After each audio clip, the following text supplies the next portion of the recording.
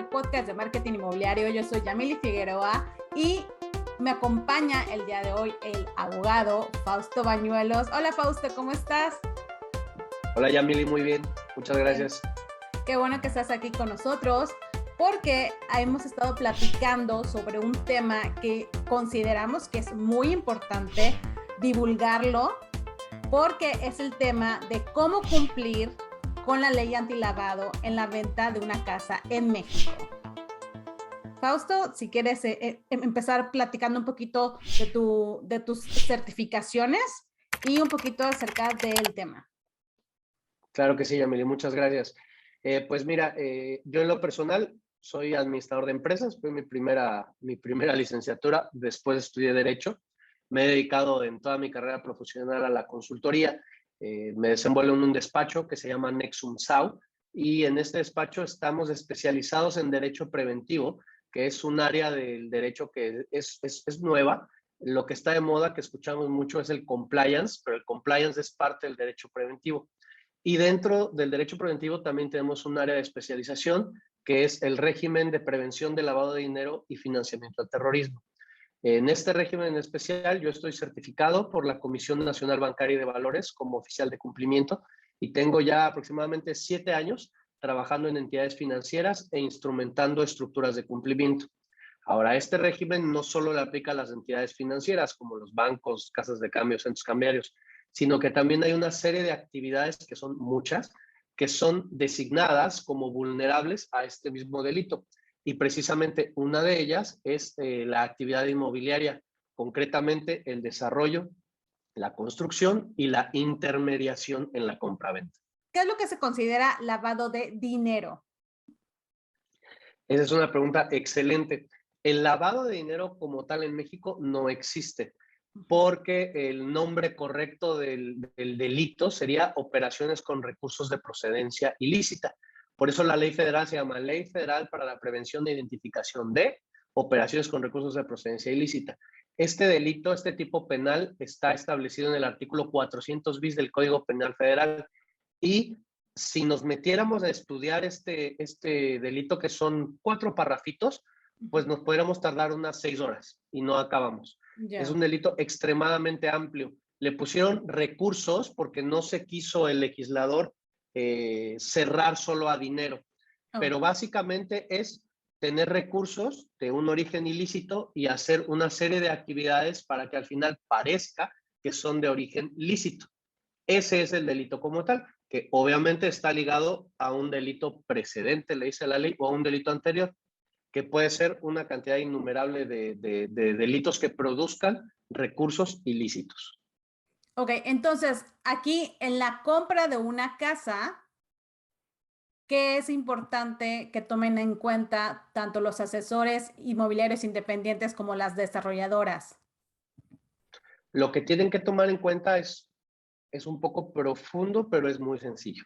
Es profundo porque muchas veces los desarrolladores, por ejemplo, los profesionales inmobiliarios, no se dan cuenta que ellos están obligados al régimen PLDFT. Este régimen son, la última vez que hice el conteo de obligaciones, y lo hice hace unas semanas, 62 obligaciones específicas que tienen que cumplir.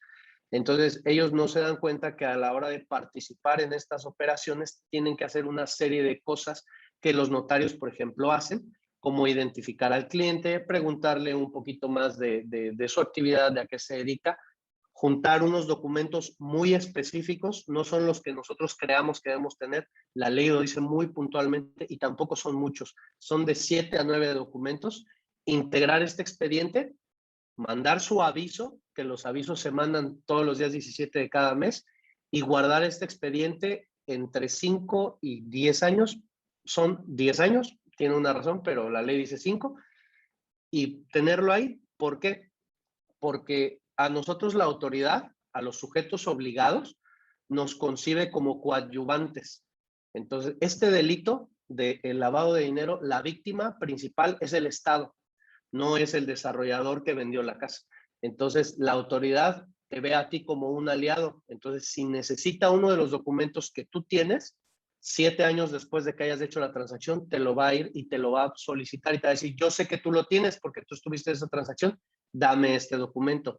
Y si no lo tienes, entonces tú no caerías en un supuesto de error o de omisión, porque ese delito no lo tiene. Tú estarías en el supuesto del delincuente como tal.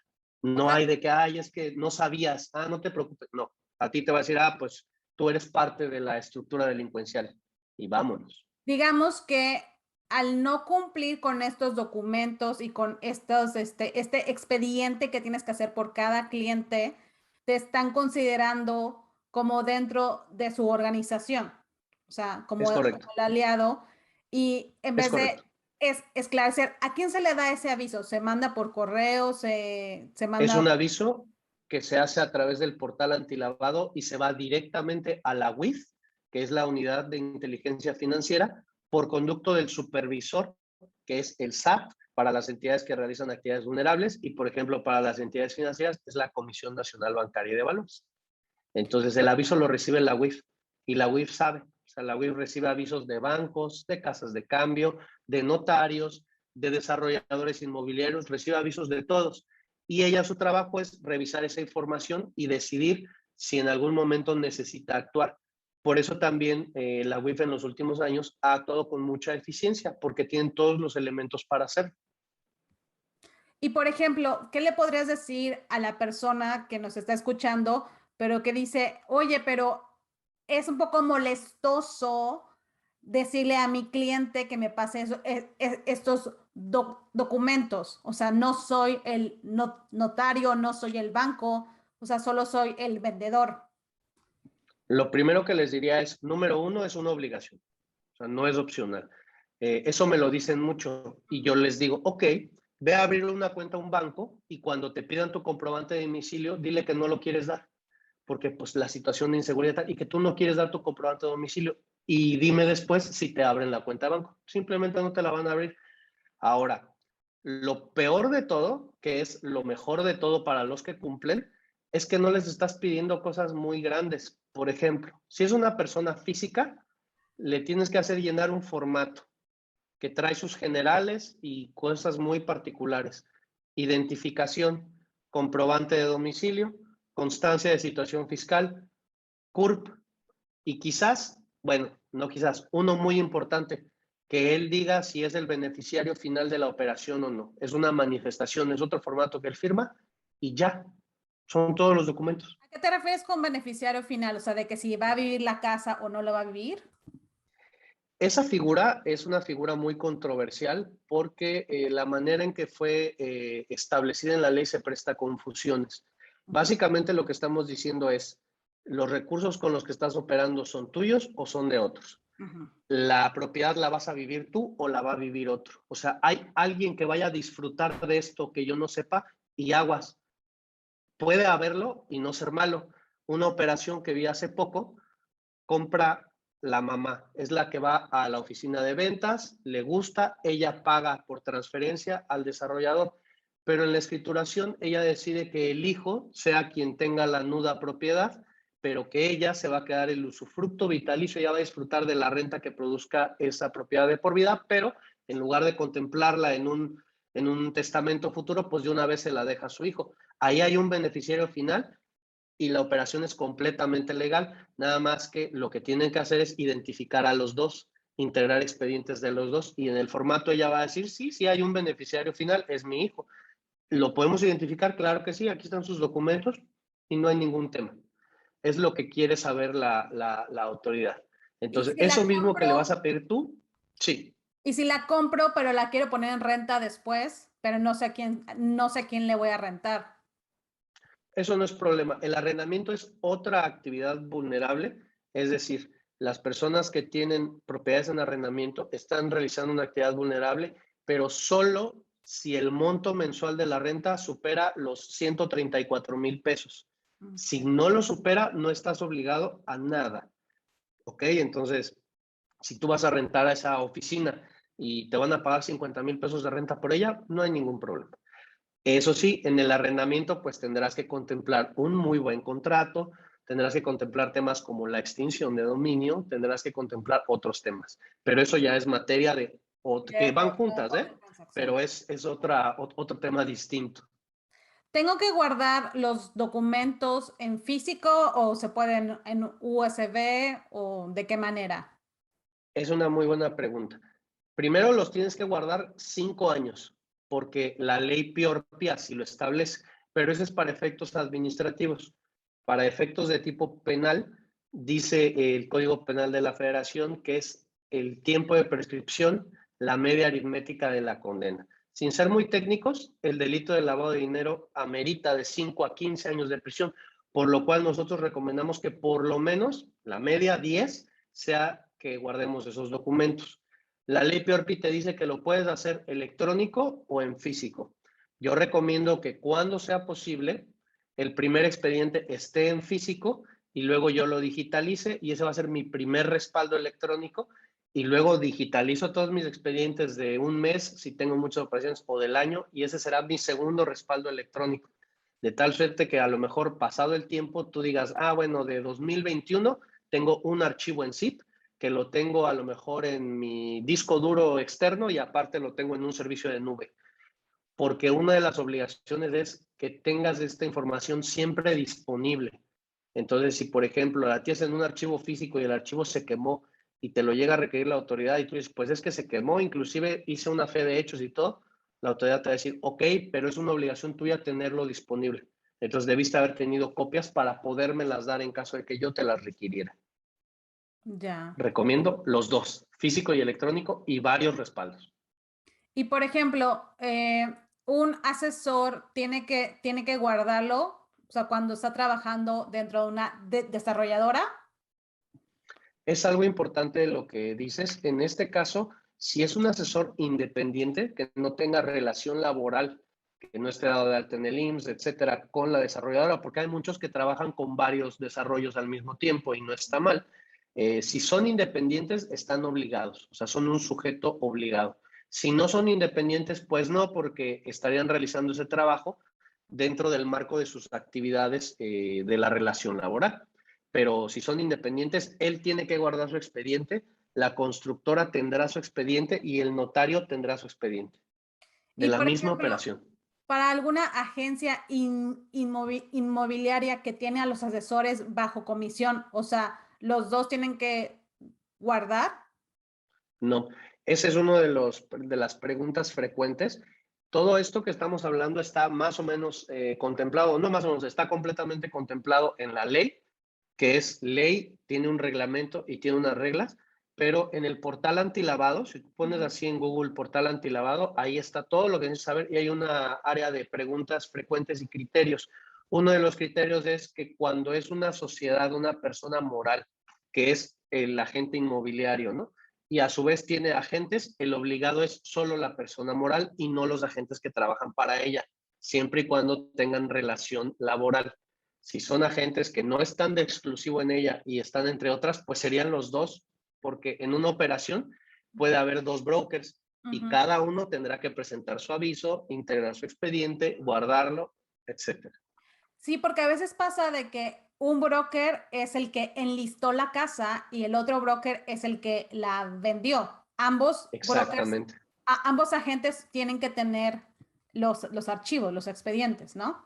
Es correcto, sí. Cada Ok. quien va a cumplir sus obligaciones. Es como si me dijeras, ¿van a ganar dinero de esta operación? Sí, va a ganar dinero la constructora, el notario y los dos brokers. Ok, si el notario paga su ISR, entonces ya los demás no lo tienen que... No, pues claro que sí, cada quien paga su ISR de lo que haya ganado. Aquí es lo mismo, la obligación es individual para cada uno de ellos. No porque uno mande el aviso de esta operación, ya cumplió por todos los demás. Es una obligación individual. ¿Y qué pasa si parte de la casa o toda la casa la compran en efectivo? Híjole, ahí hay que tener muchísimo cuidado porque en la ley PIORPI, específicamente en el artículo 32, nos pone una restricción muy severa para el pago en efectivo. Y básicamente dice que está prohibido pagar o recibir el pago. La prohibición es para comprador y vendedor.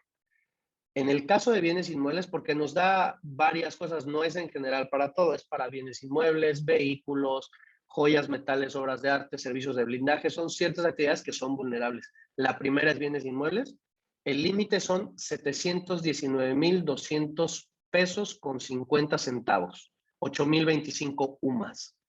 Ese es el límite. No se puede pagar más de eso en efectivo. No se puede, es un acto prohibido, es un acto ilegal y les puede traer un universo de consecuencias completamente indeseables. No lo hagan. Puede ser que después en los comentarios de este podcast y en redes sociales nos pongan, es que hay formas y no lo hagan, por favor, no lo hagan, está prohibido y están poniendo en riesgo la propiedad misma.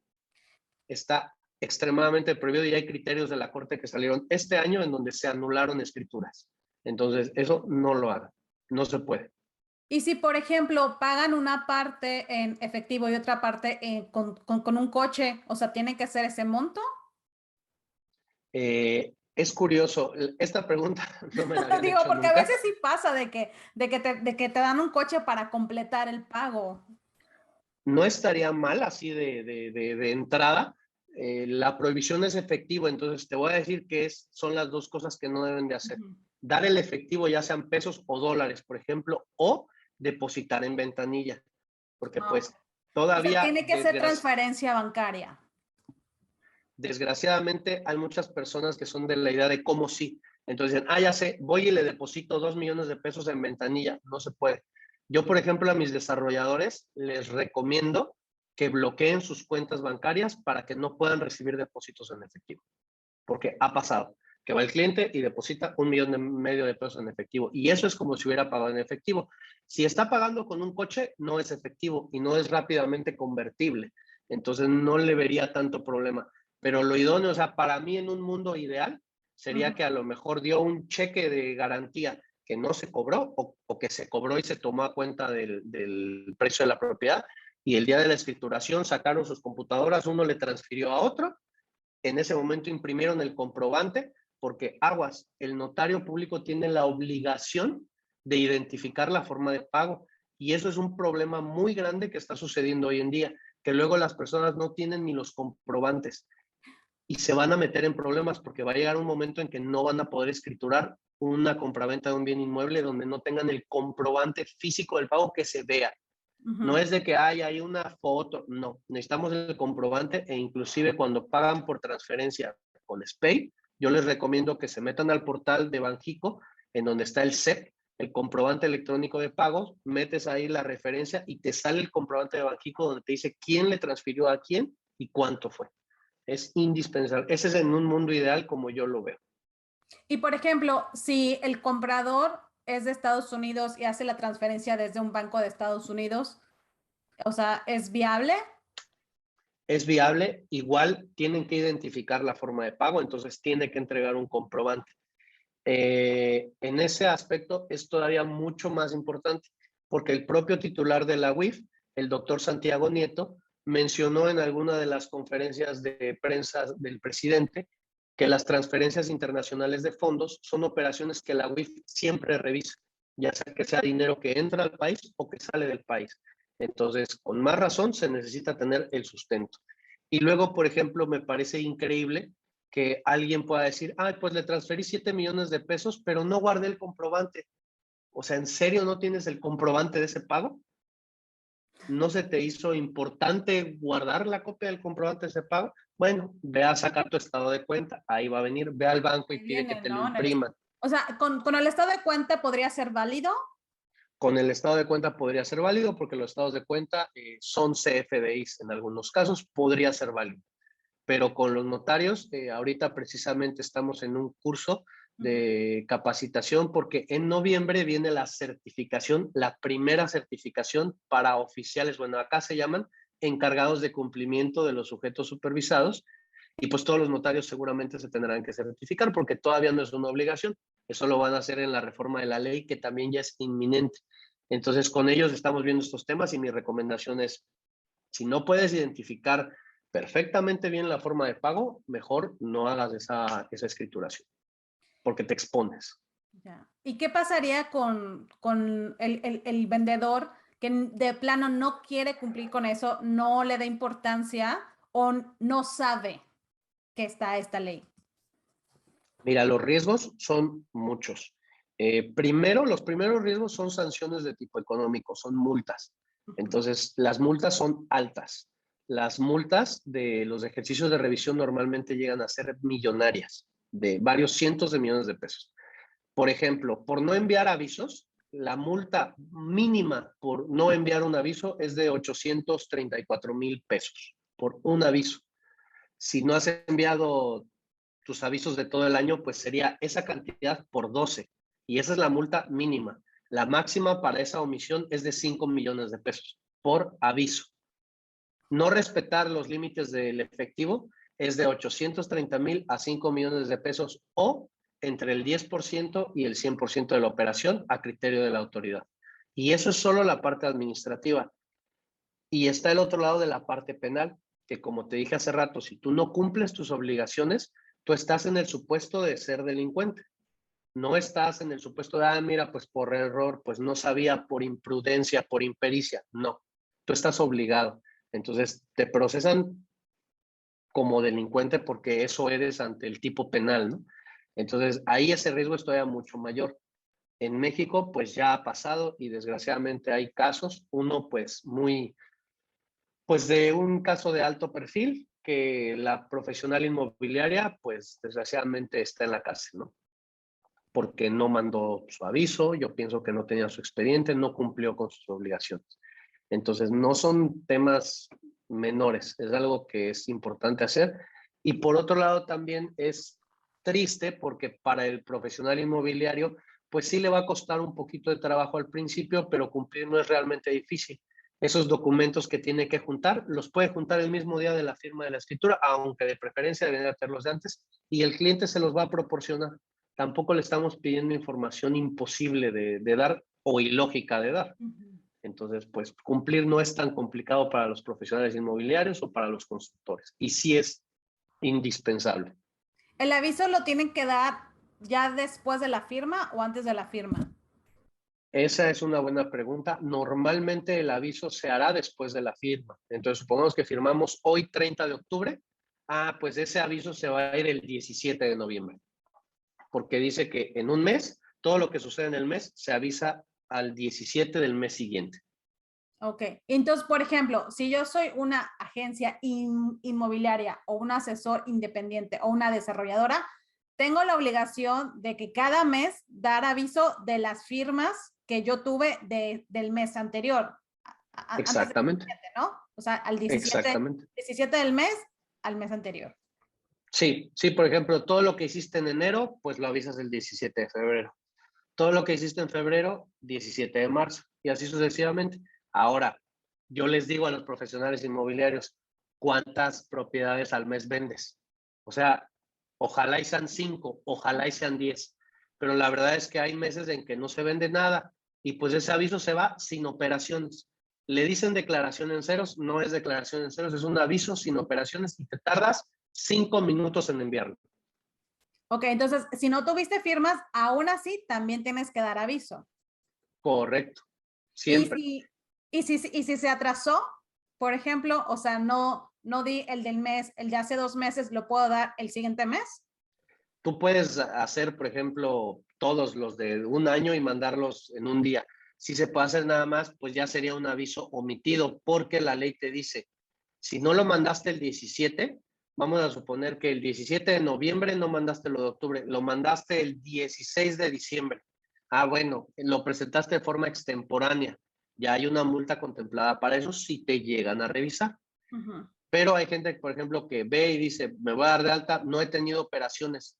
¿Puedo mandar mis avisos sin operaciones? Pues sí, mándalos. O sea, ya estás expuesto un poco porque debiste de haberlos mandado en el momento en el que te diste alta, pero sí los puedes mandar en cualquier momento. Nada más debes de estar consciente de que pues es aviso que va a ser omitido, ¿no? Y lo enviaste en su momento. Duda, ¿y esto aplica tanto para compra de terrenos, casas, departamentos, condominios, locales comerciales, a cualquier propiedad? La fracción 5 del artículo 17 de la ley PIORPI, el artículo 17 es el que nos marca todas las actividades vulnerables. La fracción 5 es muy clara y dice constitución de derechos reales sobre bienes inmuebles.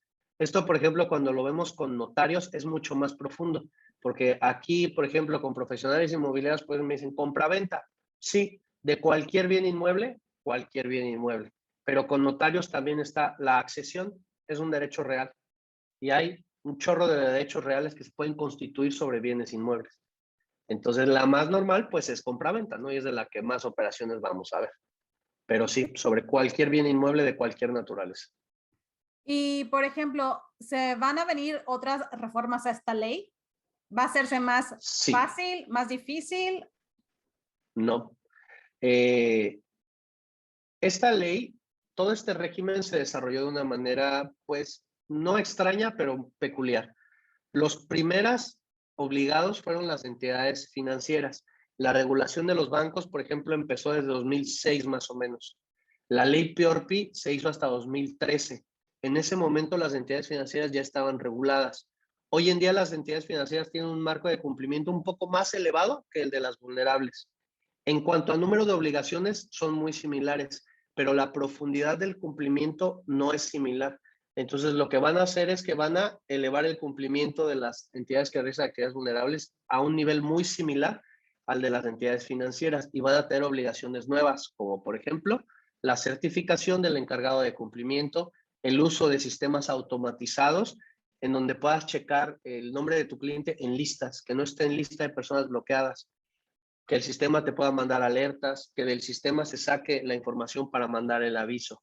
Y van a tener que hacer otra cosa que se llama metodología del enfoque basado en riesgos, que es un tema en sí mismo.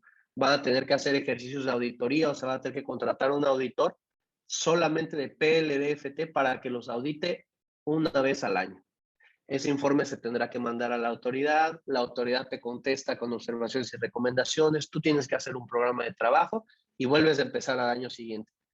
Entonces van a tener obligaciones más profundas. Por ejemplo, la obligación más importante para mí es contar con un manual de cumplimiento. Es una obligación. Entonces, esto es un documento que tú debes de desarrollar, que no descargas de ningún lado, que no te recomiendo que compres de formato porque no está bien eso. Tiene que ser un traje hecho a la medida. Puedes a lo mejor buscar a alguien que te ayude a hacerlo, ¿no? Puedes desarrollarlo, pero es un documento complicado. En él dices cómo cumples. Entonces, ese manual, por ejemplo, la obligación actual es de que a los 90 días de que te des de alta lo debes de tener y ya. Pero en una entidad financiera no es solo eso. Lo tienes que tener, lo tienes que mandar y cada vez que le hagas una modificación se lo tienes que volver a mandar a la autoridad para que revise que estás cambiando. Y lo que hayas puesto en ese manual se eleva a la misma categoría de la ley. Te obligas a lo que pongas ahí. Entonces, pues esas obligaciones se van a profundizar mucho más y esta es una reforma que lleva como 2 años esperándose, se atravesó la pandemia, pero ya es inminente. Y, por ejemplo, o sea, dentro de la empresa tengo que tener a una sola persona que reporte o cualquiera puede reportar. En O- el caso de actividades vulnerables, te dice que cuando es una persona moral, la entidad obligada debe de nombrar a un representante encargado de cumplimiento. Esa es otra obligación. Esta persona después tiene que entrar al portal con su fiel personal y aceptar la designación. Esa es otra obligación. Entonces, él es el encargado de cumplir. En algunos casos, por ejemplo, en notarías grandes, pues es materialmente imposible que una persona lo haga todo. Entonces, pues se puede tener personal auxiliar, pero se les tiene que dar un nombramiento interno y se les tiene que decir que la información que van a manejar tiene una reserva y una confidencialidad muy estrictas que también vienen en la ley, que es otra obligación, y tienen que conocer del manejo de esto. Ahora, personas físicas que realizan actividades vulnerables cumplen personalmente. No pueden nombrar todavía encargado de cumplimiento. Y, por ejemplo, ¿qué pasaría si yo vendo una casa, hago mi aviso el día 17 y el sistema sabe o tiene alguna manera de mandarme una alerta de que el nombre de esa persona con esas fecha de nacimiento y con esos datos es una persona con trabajos ilícitos? O más bien como que si esa persona, o sea, sí lo es y lo descubren después, entonces me mandan un aviso a mí o cómo es. No, hay que tener cuidado con eso y es una pregunta muy buena que haces. Me gustan tus preguntas, me ayudan a explicar adecuadamente esto porque luego yo me vuelvo muy técnico y es problemático. No, Nuestro trabajo no es ser ministerios públicos, no somos peritos en documentoscopía y grafoscopía, no somos jueces. Nosotros la única obligación que tenemos es de juntar documentos. Vamos a suponer que no al mes, años después, pues en una investigación sale a relucir que esa persona, pues a lo mejor estaba involucrado en actividades ilícitas. Tú no vas a tener ningún tema. O sea, tú en su momento lo identificaste, le pediste documentos, él te los dio, te dio todo sin ningún problema, tú lo integraste. La autoridad es la que actúa. Entonces la UIF investigará. Si a él le llama la atención, a lo mejor alguna operación bancaria que hizo, y se pone a revisar y dice, mira, en 2018 le vendieron una casa. Bueno, él empieza a armar su investigación. Este delito es peculiar porque solamente la Secretaría de Hacienda y Crédito Público, a través de la UIF, es la única que lo puede denunciar. Inclusive si fuera una persona física a denunciar a otra por lavado de dinero, no le van a dar trámite a la denuncia. Tiene que mandar un reporte o a mandar un correo, un reporte anónimo a la UIF. No hay denuncia más que de esa entidad. Entonces, pues puede ser que en algún momento llegue la UIF o llegue la fiscalía y te soliciten y te digan, sé que hiciste una operación con esta persona en 2018, necesito estos documentos. Es lo que puede pasar. Si no los tienes, es donde se puede poner muy complicada la situación. Si los tienes, no hay mayor problema. Ok, entonces no es una base de datos automática en la que ya saben que con este nombre, con esta fecha de nacimiento, con este CURP, o sea, ya saben que esta persona tiene tal o cual Sí, actividad. sí y no. En entidades financieras, por ejemplo, sí usamos listas. Hay una lista de personas bloqueadas, por ejemplo, Ok, que le llaman publica la personas ONU. bloqueadas. Entonces, vamos a suponer que hay una persona que está acusado por actos terroristas y Ujú. él el día de mañana llega a un banco y quiere abrir una cuenta. Cuando pongan su nombre en su sistema automatizado, les va a saltar que es una persona que está en lista de personas bloqueadas. El sistema automatizado se bloquea en ese momento y tú tienes 24 horas para mandar el aviso. Entonces sí hay listas. En el caso de la ley PRP, sí hay uso de listas, pero la obligación todavía no está perfectamente delineada porque para empezar no hay sistema automatizado. Entonces los notarios, por ejemplo, tienen listados y ya cada entidad debe de realizar, debe de decidir qué hacer si ella revisa listas y se da cuenta que su cliente aparece en una de estas listas. Entonces, pues en ese caso ya es algo que cada entidad debe de analizar. Ahora, muy seguramente dentro de unos meses o el año próximo, pues ya tendrán la obligación de, ¿sabes qué? De tener un sistema automatizado donde ahí cuando pongas el nombre, lo tienes que correr en estas listas. Y a lo mejor dirán, con estas personas, pues no puedes operar, la operación ni siquiera se va a poder hacer. Ok. ¿Y a partir de qué año, o sea, si soy asesor o de desarrollador, a partir de qué año empezó esta ley de que debo de cumplir a partir de esta fecha en adelante? Curiosamente, bueno, no sé qué día vaya a salir el podcast, pero hoy, 30 de octubre, es el cumpleaños de la ley Piorpe. Entró en vigor el 30 de octubre de 2013. Tenemos ya 8 años con ella. Hoy cumplió 8 años, al rato le vamos a hacer su pastel y toda la cosa. Muchas felicidades, entonces. Sí, sí, sí, sí, sí. Entonces, si tú tuviste alguna actividad a partir del 2013 en adelante, tienes que cumplir con todo esto. De hecho, dice la ley que te debiste de haber dado, por ejemplo, vamos a suponer, vamos a cambiar el ejemplo, que un profesional inmobiliario entra, a lo mejor lleva unos meses capacitándose, empieza a trabajar, empieza a buscar sus clientes y él te dijera a ti o nos dijera a nosotros, voy a vender mi primer casa en diciembre. Ok, ya ha llegado diciembre, o sea, esos días acercándose al día de la firma, cuando ya veas que es real y todo esto, en ese momento ya date de alta en el portal antilavado y cuando hagas la operación en diciembre, pues ya en enero mandas tu primer aviso. Pero si ya estabas dado de alta desde hace años y no te has dado de alta hasta ahorita y ya has realizado muchas operaciones, pues ya tienes un tema. Ya estás incumpliendo. Entonces, recordemos que de acuerdo al tipo penal, pues no hay omisión, o sea, más bien no hay error. A ellos se les conoce o los denomina la ley como los omisos y pues ya están en un problema. O sea, de entrada, si los revisan el día de mañana, pueden estar en un problema muy grave. Ok. ¿Y tienen que ir físicamente a algún lado o todo se puede hacer por internet? No todo se hace por internet directamente en el portal antilavado con la fiel. Entonces, pues deben estar dados de alta en el Claro. RFC, contar con su fiel y ellos hacen el aviso. Inclusive, por ejemplo, Hay personas que se dieron de alta con la actividad de arrendamiento y no debieron de haberse dado de alta porque no superaban el umbral. Entonces, estuvieron enviando sus avisos en ceros. Lo recomendable es pues que se den de baja porque no están realizando la actividad vulnerable. Entonces, esta es una cosa que te puedes dar de alta y de baja en el momento que tú quieras porque es una cosa administrativa, es una ley administrativa, no es fiscal. Muchas veces la confundimos un poco porque pues el SAT es el supervisor, pero no sigue reglas fiscales. Es un tema administrativo que puede llegar a tener repercusiones penales. Por eso es de gran importancia. Ya. Muy bien, pues ¿alguna recomendación final que quieras darles? Sí, mi recomendación es que si realizan una actividad vulnerable, se esfuercen por cumplir. Puede ser un poco oneroso, pues sí. Ya hemos platicado que para el profesional inmobiliario, para la constructora, realmente no es tan complicado, es más bien el esfuerzo de entender qué tienen que hacer y de la gente que está en contacto con los clientes que sepa puntualmente qué tienen que hacer. Es recomendable que se capaciten. Por ejemplo, muchos de mis clientes pues ya están muy preocupados, cumplen y quieren estar perfectamente bien. Y yo les digo, miren, la forma de hacerlo es teniendo un proceso y siguiéndolo. No tenemos más que hacer. Nosotros debemos de juntar documentos y preguntar información. ¿Cuál? La normal, la que te preguntan al abrir una cuenta de banco, cuando quieres cambiar $4,000 o cuando quieres comprar un coche. Esa información es la misma.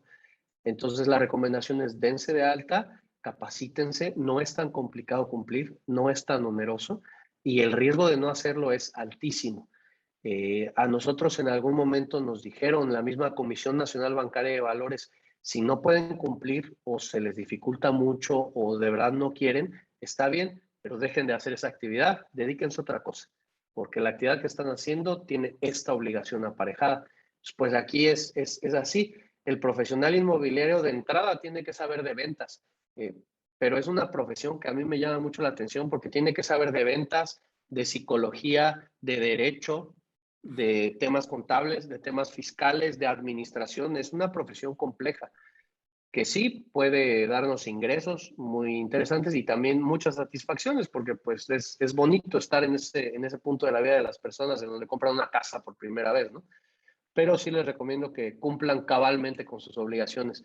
Esto hace rato dijiste, ¿se va a hacer más sencillo? No. Y no es un enfoque correcto el ir pensando, ok, lo voy a hacer, pero voy a ver la manera más sencilla. No. De hecho, si nosotros juntamos todas las obligaciones que te dije y las cumplimos al 100%, no sacamos 10 en el examen, sacamos 6. La propia ley dice, estas normas es lo mínimo que espero. No es lo máximo, es lo mínimo. Hay otras entidades, por ejemplo, que aumentan su nivel de cumplimiento y dicen, por ejemplo, en mis propiedades yo no voy a aceptar un solo peso en efectivo. Tiene que ser con cheque, con transferencia. Es una disposición. Ellos están yendo más allá. La ley te permite hasta 700,000. Hay quien dice, no, yo no quiero riesgo. Inclusive el riesgo de manejar el mismo efectivo. Entonces, cero en efectivo, solo por transferencia. Nada más. Habrá quien lo haga, lo pone en su manual de cumplimiento y así se tiene que seguir. Entonces, aquí es ver cómo cumplimos al 100 lo que está en la ley y a lo mejor ya después que tengamos la obligación de analizar nuestros riesgos personales, pues igual le iremos subiendo un poco el nivel de cumplimiento, pero nunca para abajo. Y tú puedes dar asesorías a quien lo necesite, ¿verdad? Sí, correcto.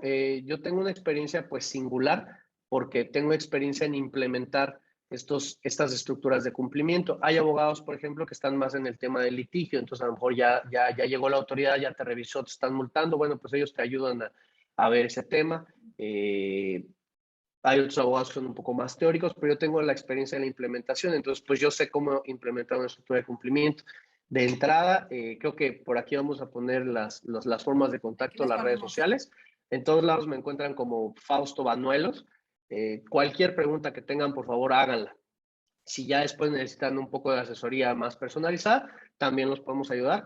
Pero de entrada, lo que me interesa, mi principal interés es que se conozca de esta obligación. Todas las preguntas que quieran las podemos hacer. Aquí en los Es muy comentarios. importante, sí, ¿no? Pregúntenos. Es muy importante difundir esta cultura de la civilidad, del cumplimiento normativo, del cumplimiento de la ley, porque ya estamos en un punto en que debemos de hacer las cosas bien. Ya no hay otra opción.